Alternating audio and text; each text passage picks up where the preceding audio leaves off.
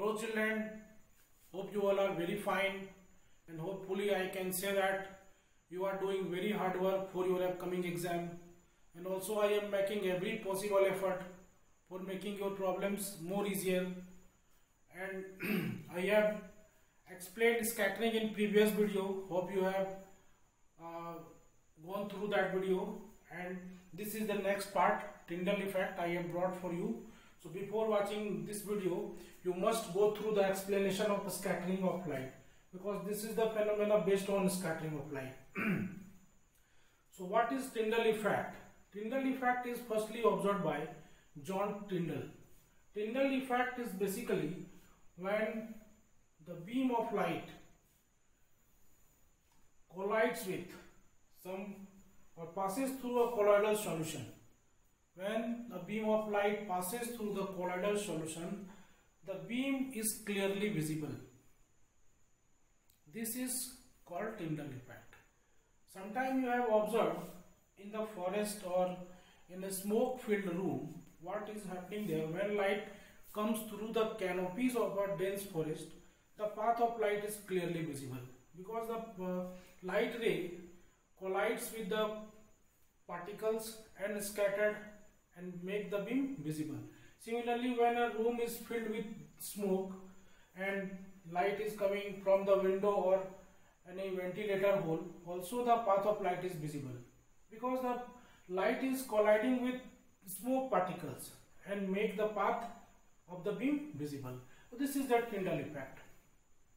Now see some basic explanation why scattering occur, why Tyndall effect occur. So first you see different solutions, as we have explained also in previous video, so I am also lining it up again. True solutions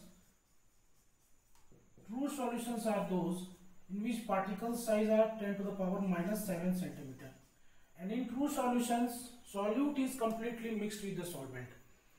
Next is colloidal solution or colloids. Colloidal solutions or colloids. What are those? Those are the solution in which solutes are not completely mixed with the solvent and particle size is 10 to the power minus 7 centimeter to 10 to the power minus 5 centimeter. This is the particle size. And suspension. Suspensions are what? Suspension are the solution in which particles are suspended throughout the liquid. Actually, particles not mixed with the solvents at all. These are suspended throughout the liquid and the particle size are 10 to the power minus 5 centimeter. What is the wavelength of light? Wavelength of light is nearly 380 to 800 nanometer. What is the relation between wavelength of light and colloidal solution? So before seeing that, let us see when light is passed. This is water and sugar solution. Sugar solution. Water is mixed with sugar. This is a true solution. The sugar is completely mixed with the water, and when light beam is passed, a laser beam is allowed to pass through the sugar solution. What happens? Light passes through the solution and beam is not visible at all. Means particles are not there through which the beam will collide, and the same laser beam will allow to pass the milk and water solution. This is milk and water solution. Milk is mixed in this water. What is happening there? Milk is not completely mixed in water. Particles are moving all around the water and milk solution. So beam, when a laser beam is allowed to pass through the milk solution, the beam will clearly visible. This is sugar solution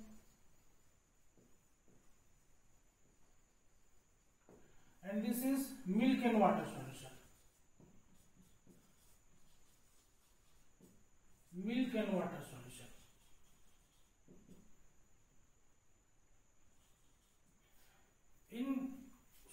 sugar solution particle size are smaller.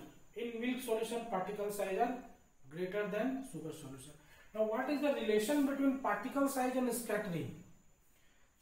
The wavelength of light, I have already told that this is the in this range. So this is somewhat relative to this colloidal solution particle.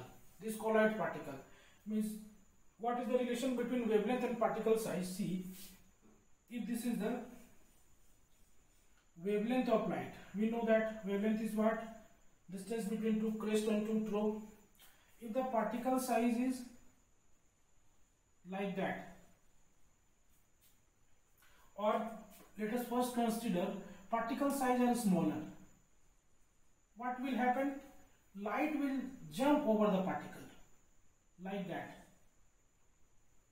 Light will jump over the particle like that. But if the particle size is greater, what happens? This is the wavelength of light, it will not change, particle size is changing. Light will collide. Light will collide with the particle and it is scattered away. Like that. It is scattered away in all directions. Some light also move forward after collision. Again particles are there. Again scattering take place. This is the phenomena of scattering.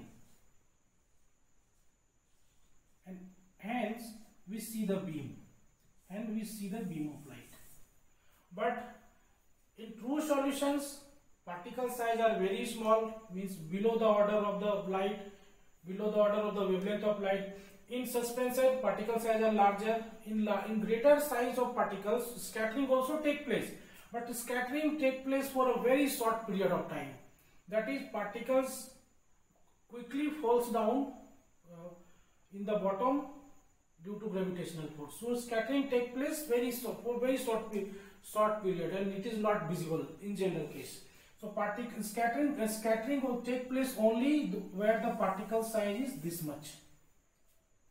That's why the beam of light which passes through the colloidal solution, the path of the beam is visible. So this is called scattering of light. Again, in a nutshell, we will say that when light passes through colloidal solution, the beam of light is clearly visible. This effect is called Tyndall effect. And this effect is observed in dense forest where light is coming through the canopies of the forest, and this effect is also observed in a smoke filled room where light coming through the window, the path of light is visible because smoke solution and mist. In forest there is mist, so light collides with mist particle and water vapor, make visible the path of light, the beam of path of the beam of light. And smoke also is a colloidal solution, so when light passes through the smoke, it also make path of the beam visible. So this is the Tyndall effect. Hope this topic is clear to you now.